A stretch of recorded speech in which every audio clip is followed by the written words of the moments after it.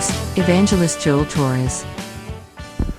Hi everyone, welcome to Word of Power. We're continuing the series Heart Reset for Revival.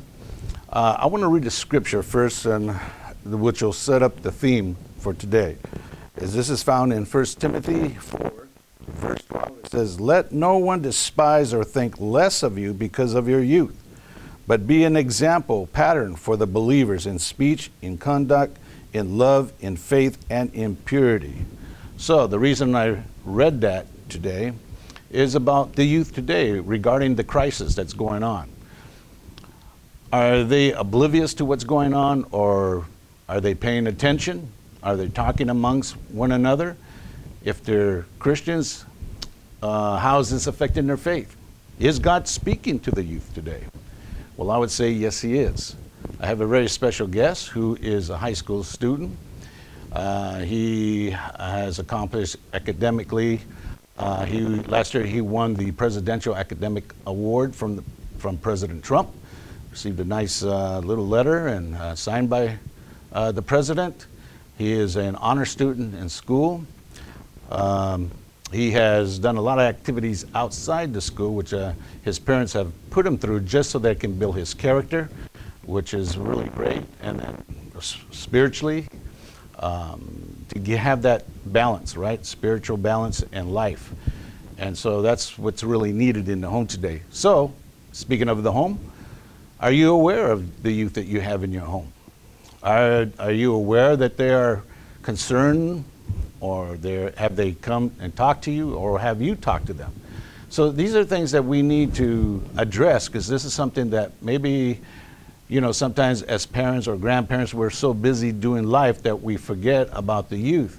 And sometimes they're hanging out there fending for themselves, talking among themselves, which is good. But at the same time, we need to know where the thought process of everything that's going on with our youth, so that you can come together as a family and begin to pray, right? And so we need to know how to pray as a family. So anyway, my special guest today is, like I said, has accomplished a lot outside the school. He received his first degree black belt last year in Taekwondo. So without further ado, let me introduce you to my grandson, Lazarus Almaraz. Thank you, Laz, for coming in. So, question: Are you talking with some of your friends? Are they concerned about what's going on? How's that? What's the observation with you guys?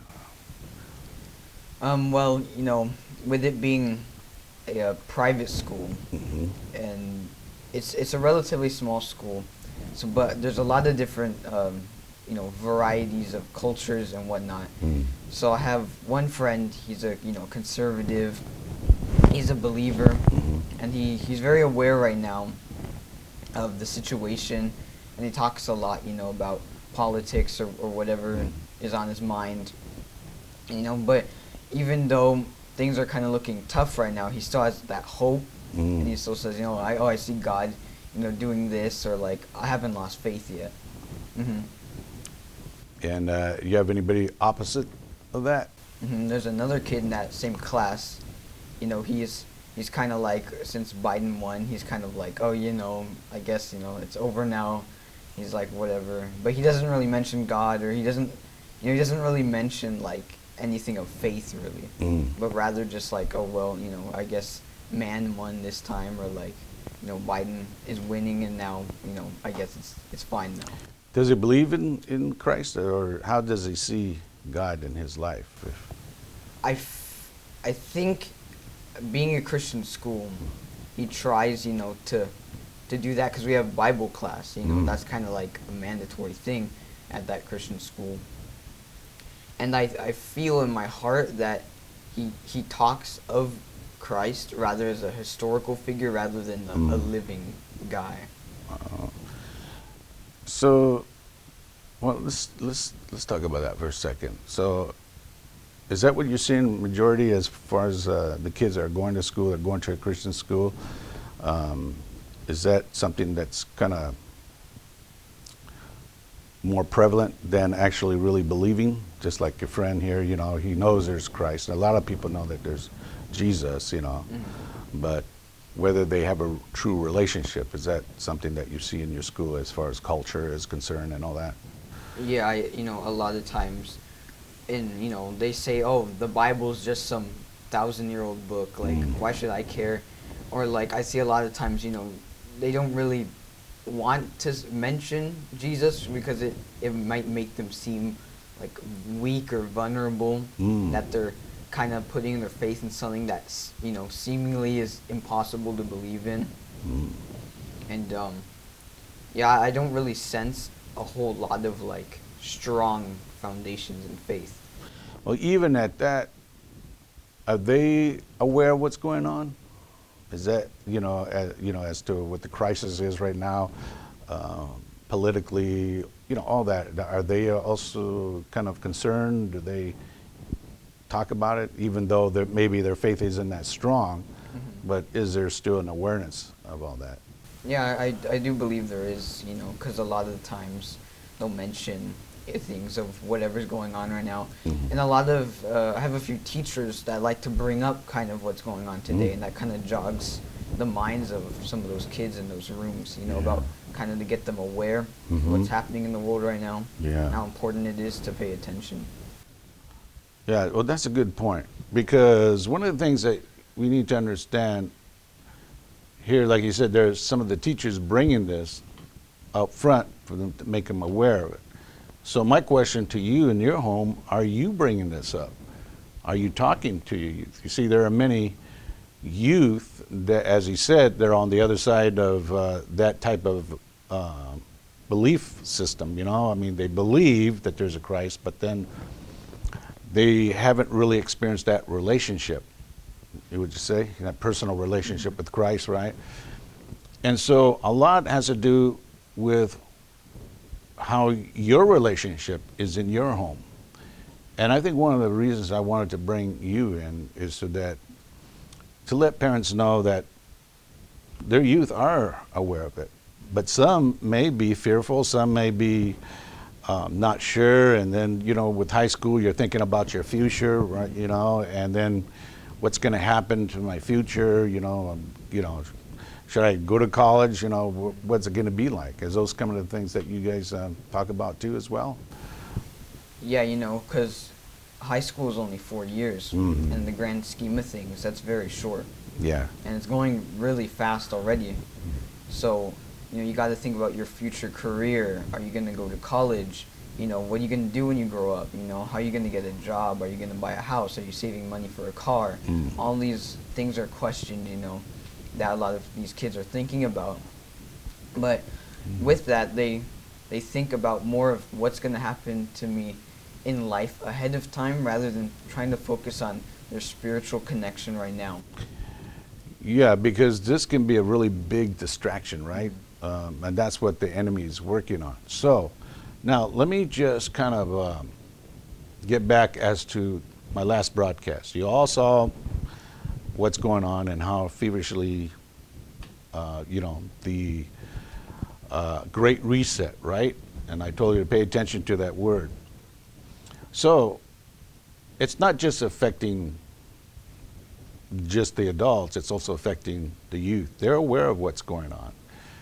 And so I want to play this clip because, God's a generational God. Satan knows that. And he's also coming after this generation. So I want to play a little clip for you to realize that there was something that was said on the last broadcast, and I don't know if I mentioned it, but I'm going to mention it.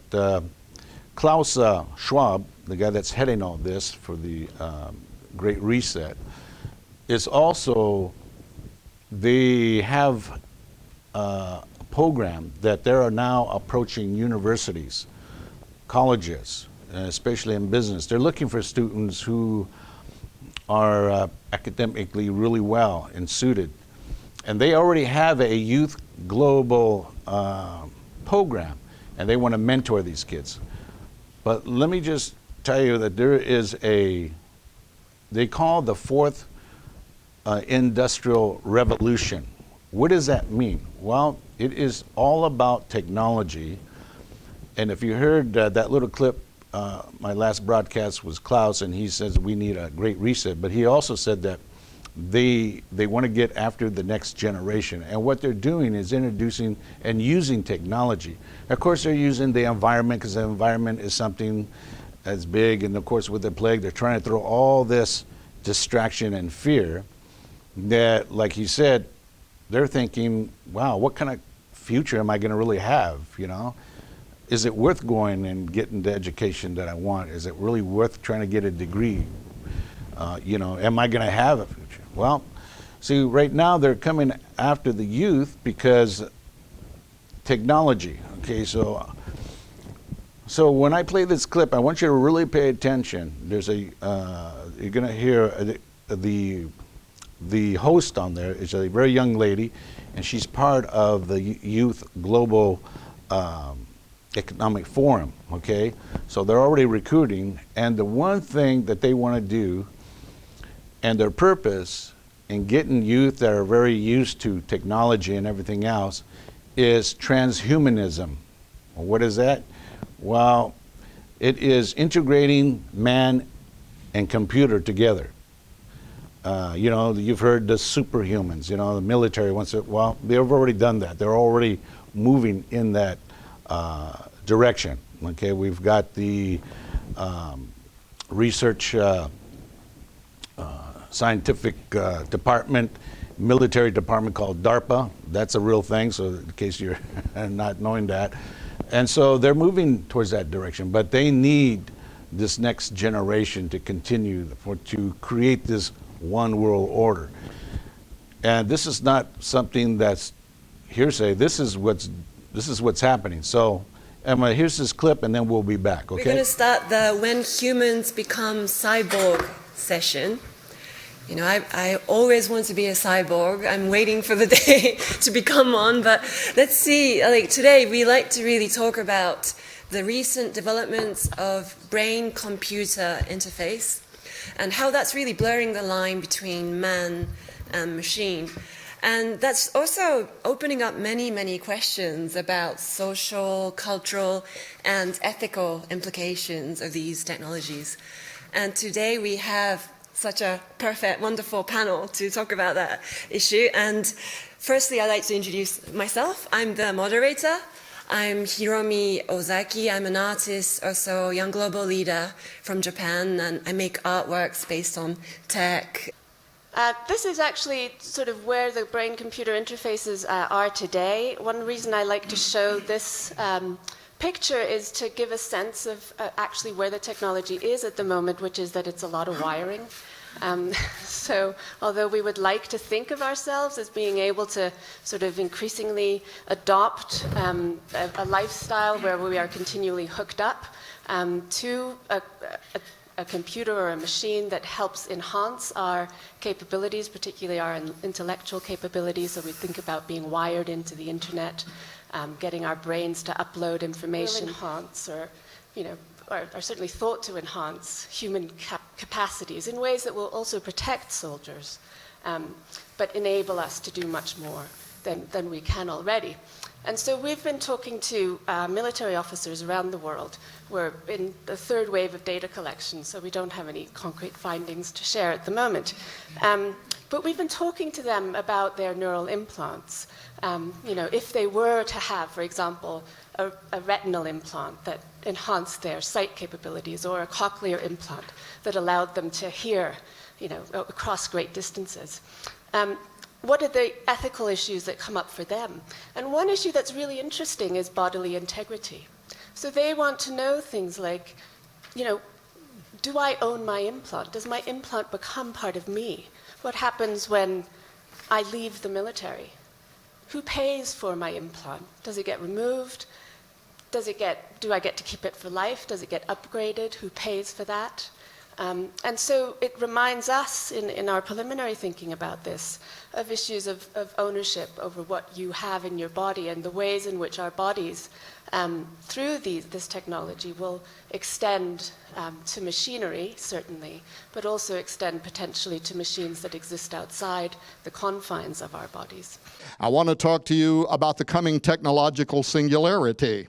There's a phrase. I want to talk to you about transhumanism. I want to talk to you most specifically about the coming human enhancement revolution because, ladies and gentlemen, unknown to probably most people in the traditional churches today, there is a war that is coming, and it's worse than the Terminator movies.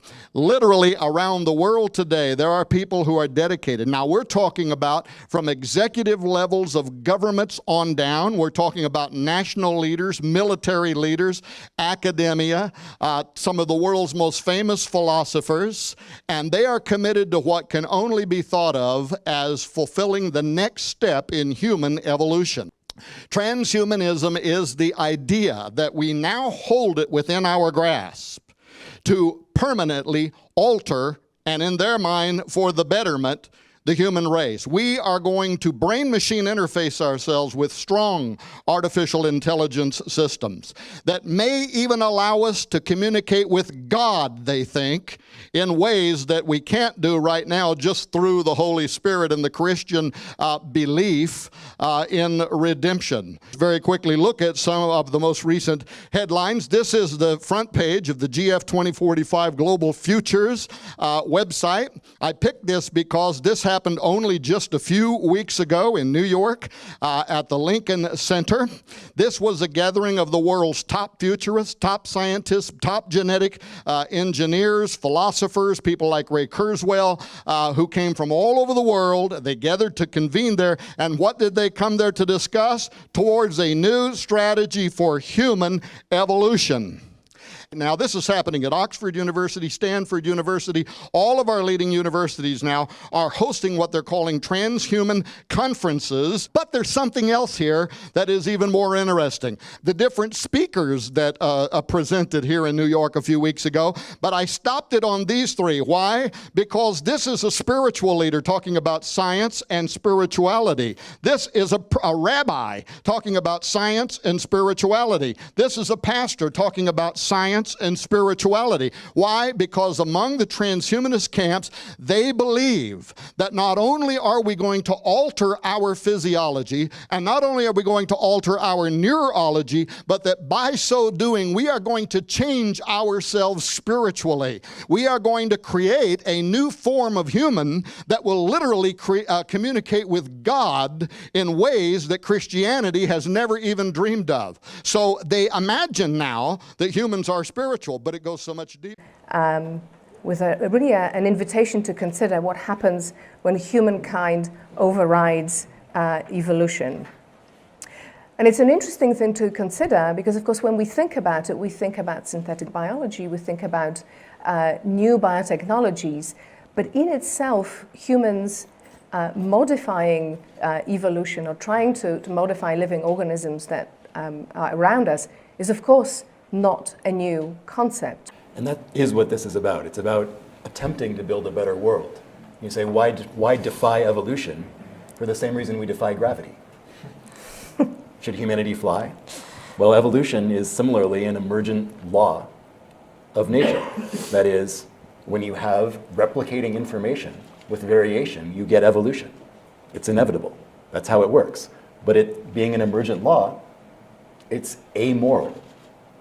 If we expect the world to be a better place in line with our highest ideals and the journey that we have been bequeathed by our ancestors, not just turning matter into more people, but to making people's lives better and possibly making animals' lives better. That's an end to which we haven't always turned our skills with selective breeding, is engineering animals to exhibit improved well-being, insofar as we can tell. Is that something we should do? And in the past, we've been limited to our domesticated animals. Mm-hmm. But now, by looking to new technologies and learning tricks from nature, we think that we might be able to alter wild organisms too. Is that something that we should do for ourselves or for them? All right, so we're back. You saw the video. Probably a little surprising to you, especially when they had that one conference when, as the gentleman that was speaking on that latter part, talking about integration of human hybrid coming in, what they want to do, right? So So Laz, you know, with that, can you see how the enemy is working in places like that? And if there's any other area that you see how the enemy is tugging at the heart of youth, you know? And I think just by seeing that, we can see the type of influence, right? How important is it that the home of faith, how important is that? Because I think if we're not equipping our youth, our kids, those are things that they're going to face. And if we're not taking the time to teach them the word of the Lord and how they should go and how to discern, that's the one thing that's lacking right now.